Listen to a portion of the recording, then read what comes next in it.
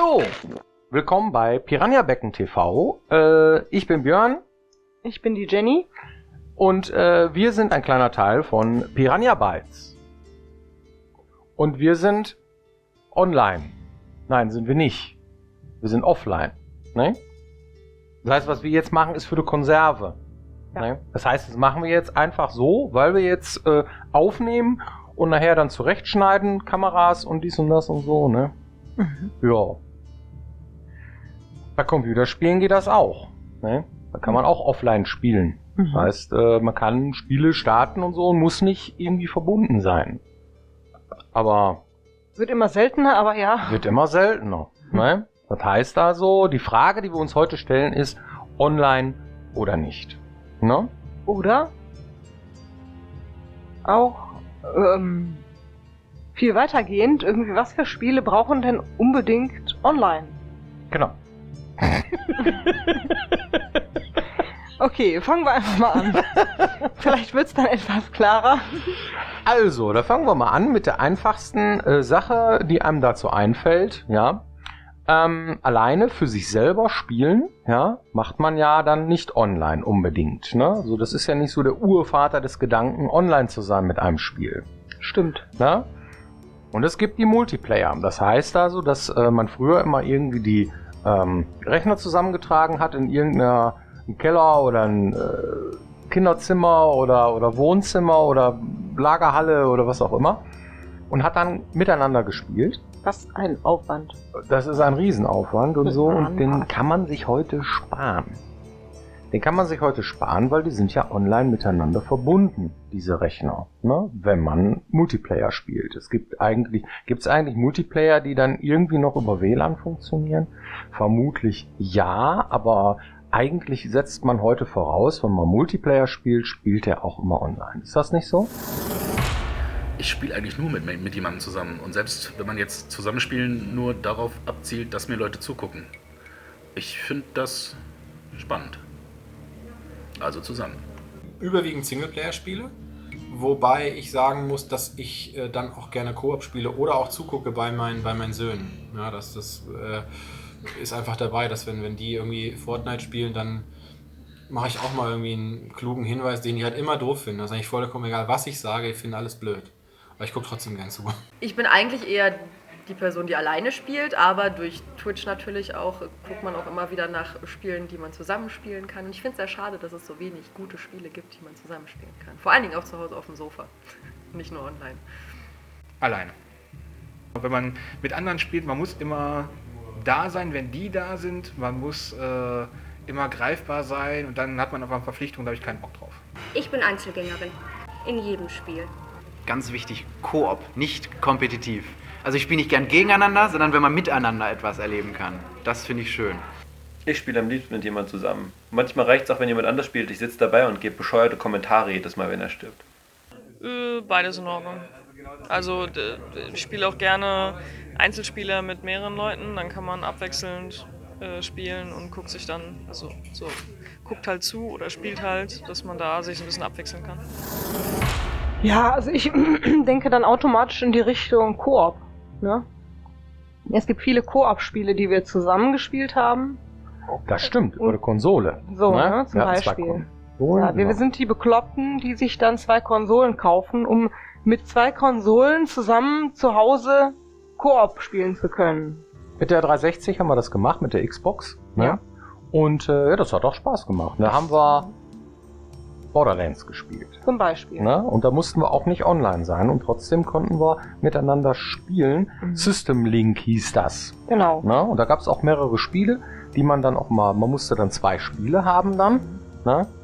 4-3 haben wir auch gespielt. 4-3 haben wir gespielt. Gut, das konnte man tatsächlich auch, das konnte man Splitscreen-mäßig spielen. Ja, genau. Das konnte man. Man konnte Borderlands auch Splitscreen-mäßig spielen, aber wir sind ja so bekloppt, dass jeder seinen eigenen Bildschirm haben.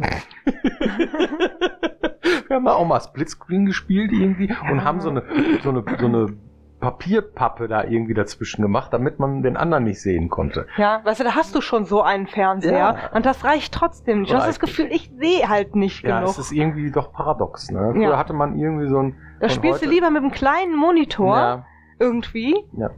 obwohl der genauso groß wäre wie der Splitscreen irgendwie, aber du hast irgendwie dein eigenes Reich und kannst alles sehen, als irgendwie dieses Splitscreen in den Kopf zu nehmen. Auch so eine Philosophiefrage, glaube ich, ne? Ob man das möchte oder nicht. Es gibt viele, die finden das total blöd, weil sie irgendwie nicht klarkommen und immer zum anderen rüber schielen. Und dann gibt es... ja gut, es macht ja auch Sinn, wenn man kompetitiv spielt, ne? Ja gut, wenn du jetzt irgendwie Mario Kart gegeneinander spielst, dann kann ich mir vorstellen, funktioniert das. Aber wenn du jetzt irgendwie Weil es ein schnelles Spiel ist. Ja, weil es ein Autorennspiel ist. Ja, weil es schnell ist. Ne? Obwohl, ne, also so. Ja, also ich weiß gibt nicht. Leute, die können das auch sicherlich. Ne, oh, guck mal, da ist einer hinter mir, den muss ich jetzt irgendwie. Also das glaube ich schon, dass das funktioniert. Also gerade bei so Spielen, die so open-worldig sind, ne, wie Borderlands, wo du dann rumlaufen kannst und deinen eigenen Pröttel verwalten kannst und sowas. Oder ja gut, bei 4 war jetzt keine Open World, aber du hast halt so deinen eigenen Bereich, wo du selber tätig sein kannst und der andere läuft dann da auch rum, halt wie beim Multiplayer. Das finde ich irgendwie schöner, wenn du dann deinen eigenen Monitor hast irgendwie. Du hast dann mehr das Gefühl, du bist frei in deinen eigenen Entscheidungen. Ja. Kurios. Heißt das denn, dass die Frage, die oft gestellt wird, ist, sind Singleplayer denn tot? Das heißt, wird jetzt nur noch online gespielt? Ist die Zukunft wirklich nur Multiplayer? Naja gut, man muss ja zu sagen, momentan ist der Trend ja doch sehr stark dahin, dass sehr viele Multiplayer überhaupt auf den Markt kommen.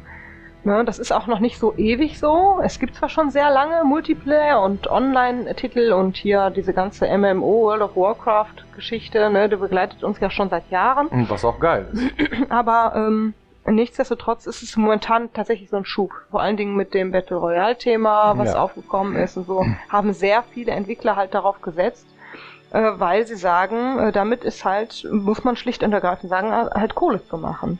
Ja, wenn du so viele Spieler zur gleichen Zeit dazu bekommst, dein Spiel zu spielen und dann irgendwie entweder tatsächlich über Käufe, also über Spielekäufe oder über Werbung oder über Ingame-Käufe irgendwie Geld zu generieren, dann ist das ein Businessmodell, das momentan einfach sehr gut funktioniert. Und da setzen dann viele drauf. Ich würde aber niemals so weit gehen, zu sagen, deswegen ist der Singleplayer tot, denn der Umkehrschluss ist illegal. Ja gut, das musst du ja auch sagen, ne?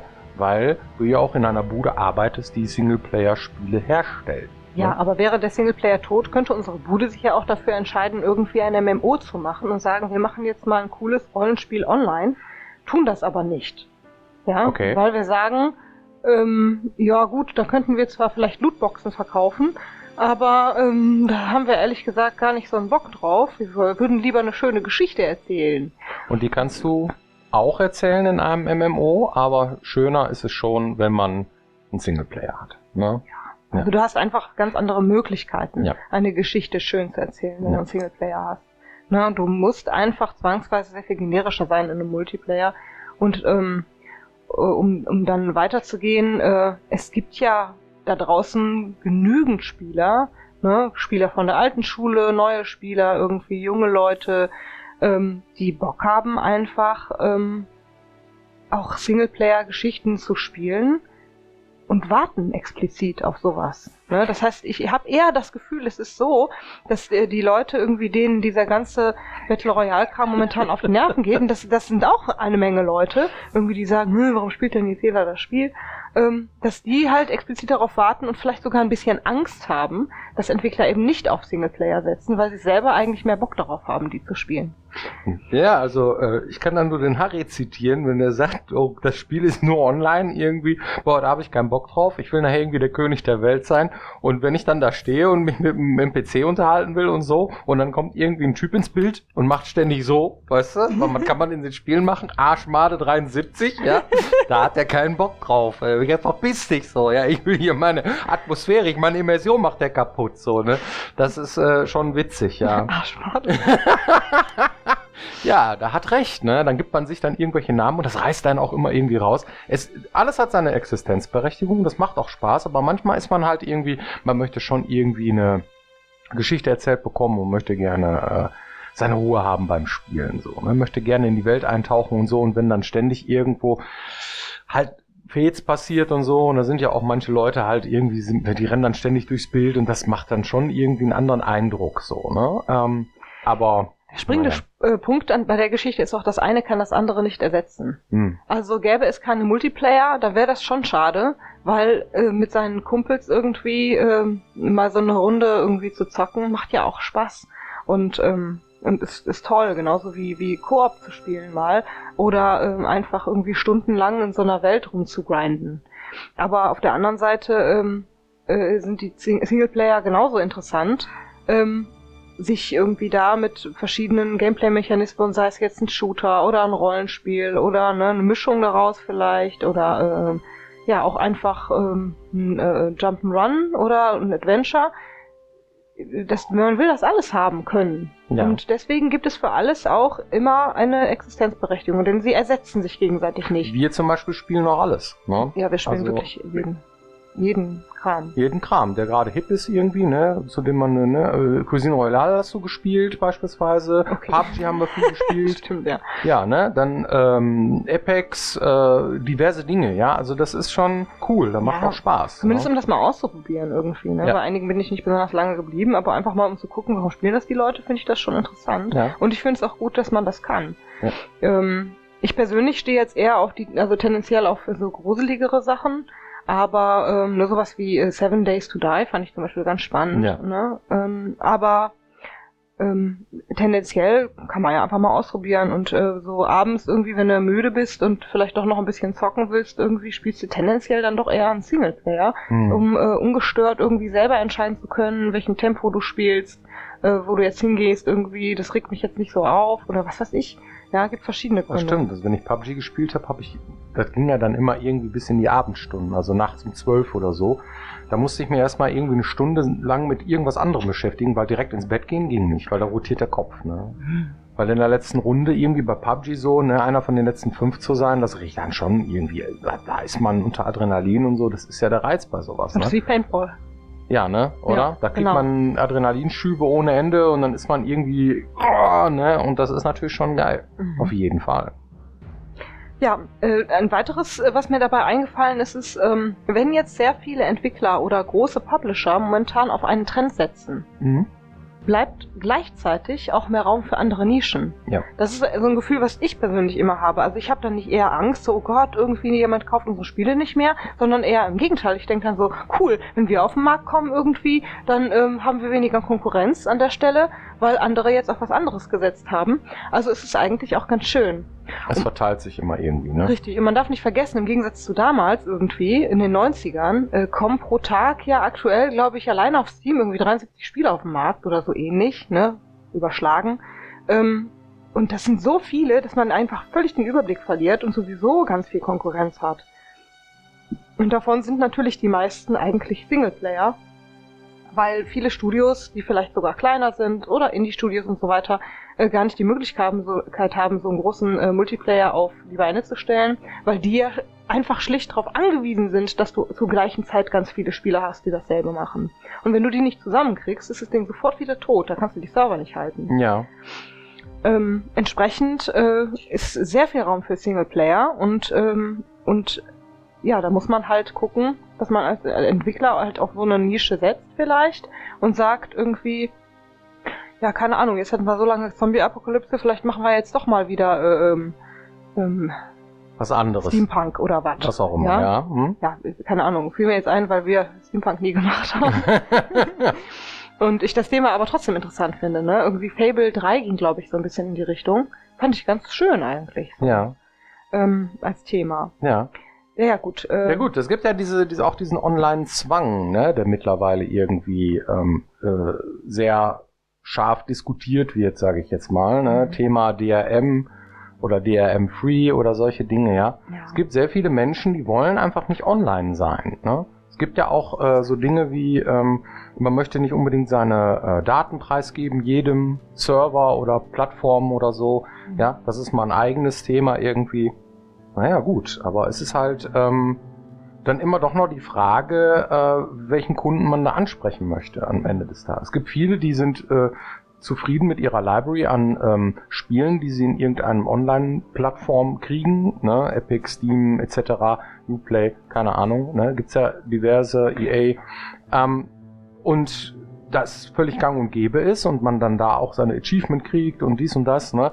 Aber es gibt auch unheimlich viele Leute, die wollen das nicht. Die wollen einfach ein Spiel kaufen, möchten das gerne bei sich zu Hause reintun und möchten dann loszocken. So, ne? Ja, ich erinnere mich daran, dass das gerade beim Thema Xbox versus PlayStation damals ein Riesenthema war. Das so ein bisschen die meisten Gründe, warum Leute gesagt haben, wir sitzen da nicht drauf. Ja. Weil wenn ich immer online sein muss und das vielleicht im schlimmsten Fall permanent irgendwie, dann kann ich im Zweifel nicht spielen, wenn mal irgendwas ist. Ja, Verbindung ist schlecht, Internet ist weg. Ja, da sitzt du da mit deiner Kerze. Ja, das ist auch auf jeden Fall ein Grund. Ne? Das bringt ja auch nichts. Ne? Einen aktuellen Patch oder so, wo kriege ich den? Ja, online. Das ist eigentlich Kacke. Ne?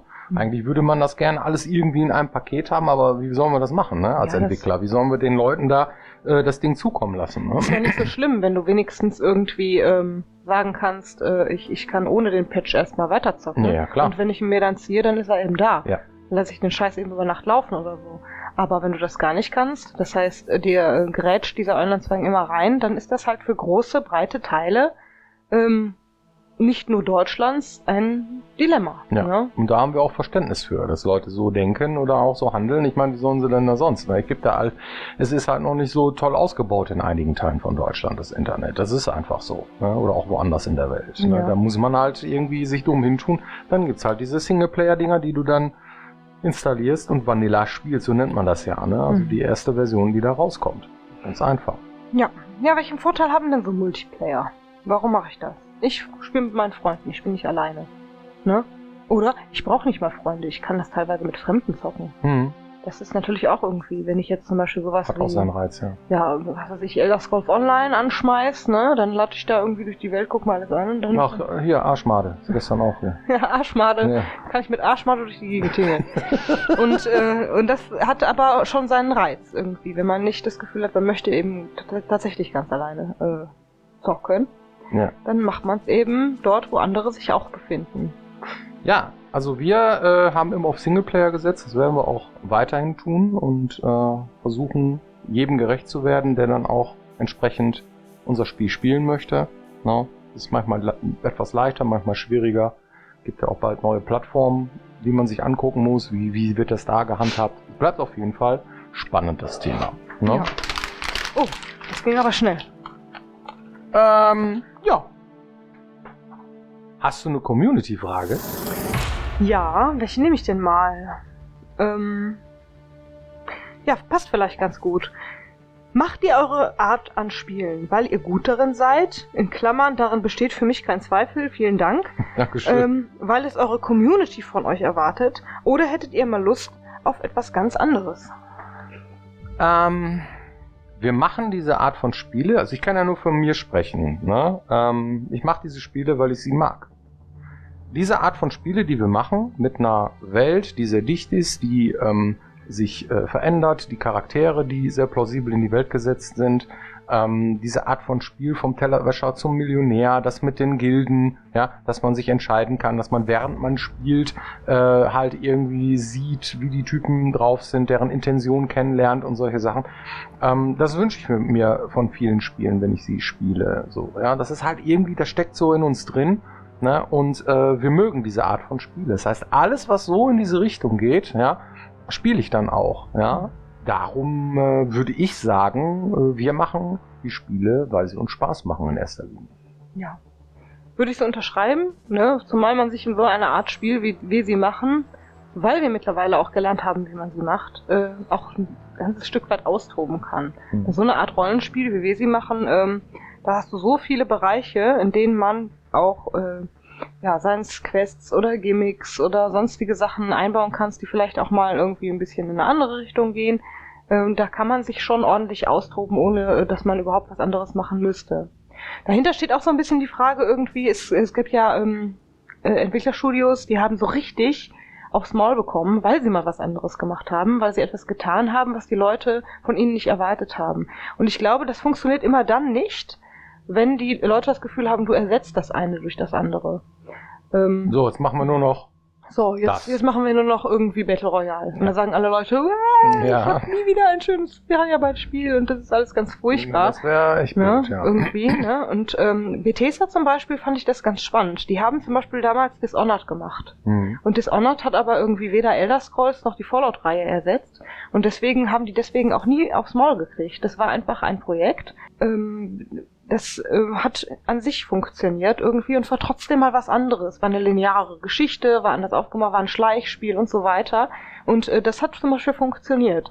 Und auf der anderen Seite mit Fallout 76 haben sie ganz schön viel Kritik einstecken müssen irgendwie, weil auch viele Leute nicht nur sagen, ich habe aber keine Lust auf so ein Multiplayer-Ding, sondern auch, ich habe auch Angst, dass ich jetzt mein Singleplayer-Rollenspiel von Bethesda nicht mehr bekomme. Weil wenn die damit jetzt Erfolg haben, warum sollten sie dann noch Singleplayer machen? Jetzt machen wir auf jeden Fall aktuell ein großes, neues Singleplayer-Open-World-Rollenspiel.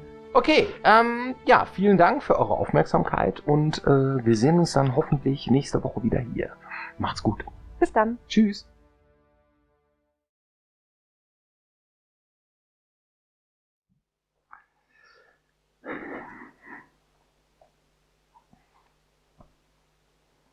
So,